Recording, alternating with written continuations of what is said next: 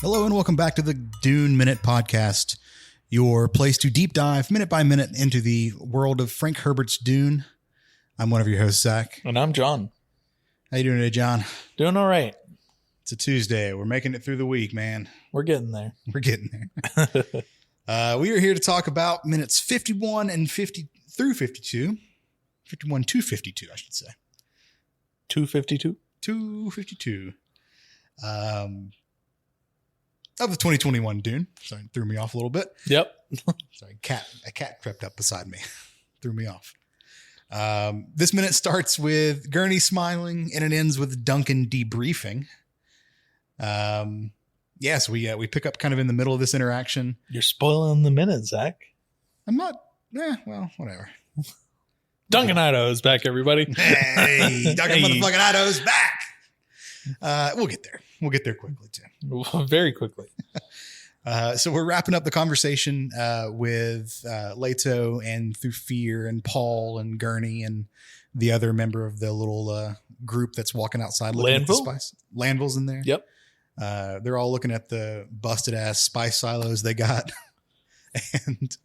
And Leto has just said they're going to take Dr. Liet Kynes along with them to see the spice fields as quote unquote imperial protection.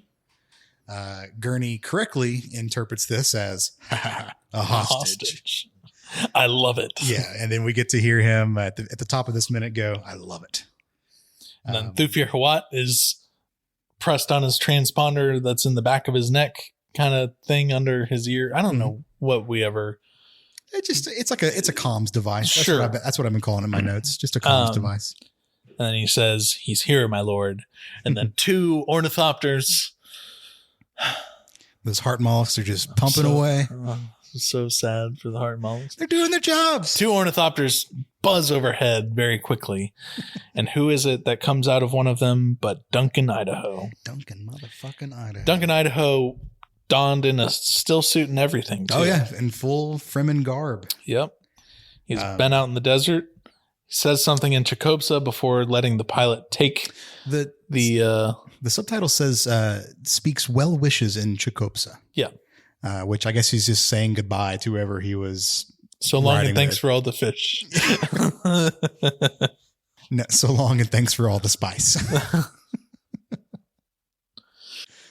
But then he goes, take care of them. They're friends. Yes. They are friends. Take care of them, whichever order. But when we get Paul notices him and as he's walking up and he starts to run over. They do the running hug thing again. My boy.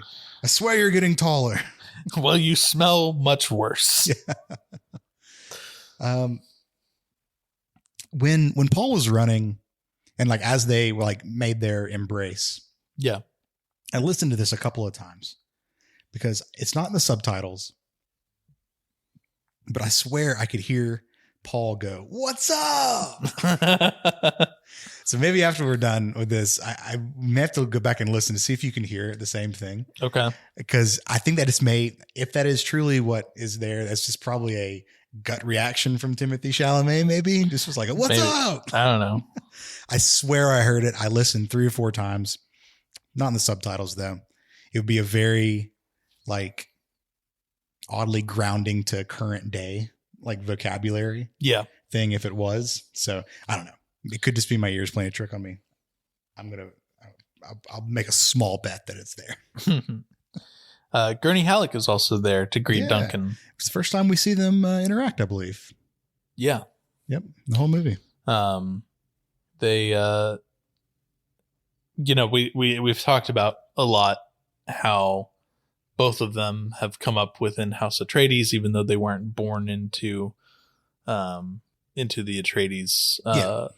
They're not. Yeah, they're fiefdom or whatever. But they obviously are both very close, being with their relatives. shared past histories. Yeah, not blood relatives, but might as well be. Yeah. Cut to inside the palace, and Duncan Idaho is explaining that for 4 weeks he's lived with the Fremen. So there's our answer that we had. Well, okay. I don't know though. I know where you're going with this because I also said I want to try to piece together a timeline. All right. Well, let's talk about it. So, yes, he says he lived with the Fremen for 4 weeks. Yep. That doesn't mean that he got here 4 weeks ago.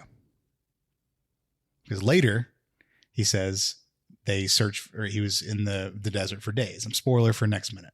He says he was in the desert for days, which is an ambiguous number. Okay. I would assume it's probably a couple days, not because if it was more than days, he would have said weeks. Could be. Probably.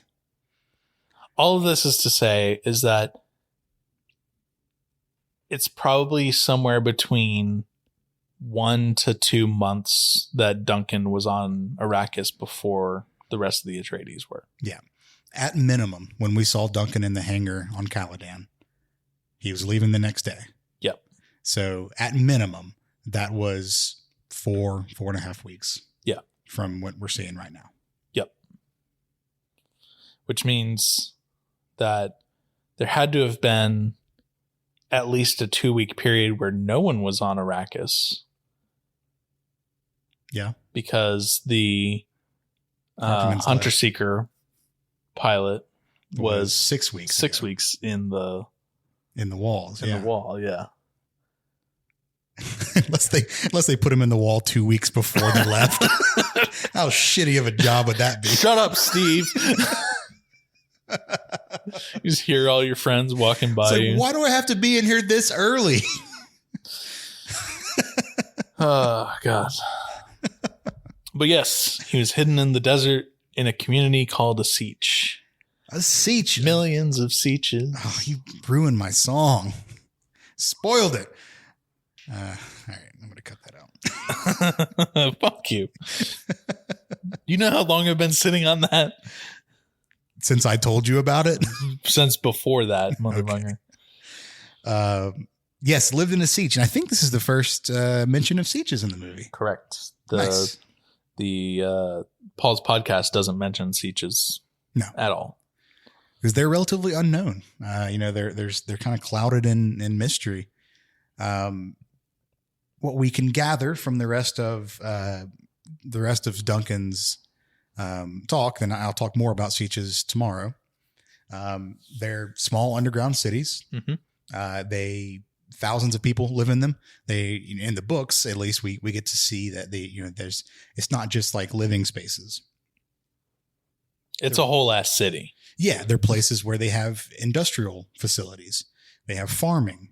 There's markets. There's everything. It is a whole ass city. They have places where they do spice orgies. That's fun. So you mean they robbed us of spice orgies in this PG-13 movie?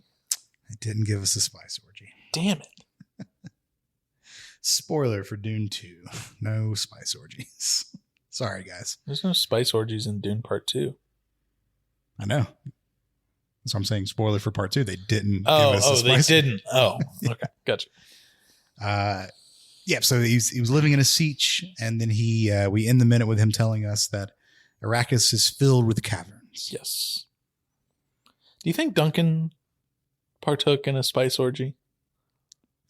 For sure. Duncan Idaho fucks. Oh, you know he fucks. Of course. Duncan Idaho is drowning in this desert. Well, much moisture was shared. Oh my God. Okay. Hey, it's a sign of respect. Yeah, sure.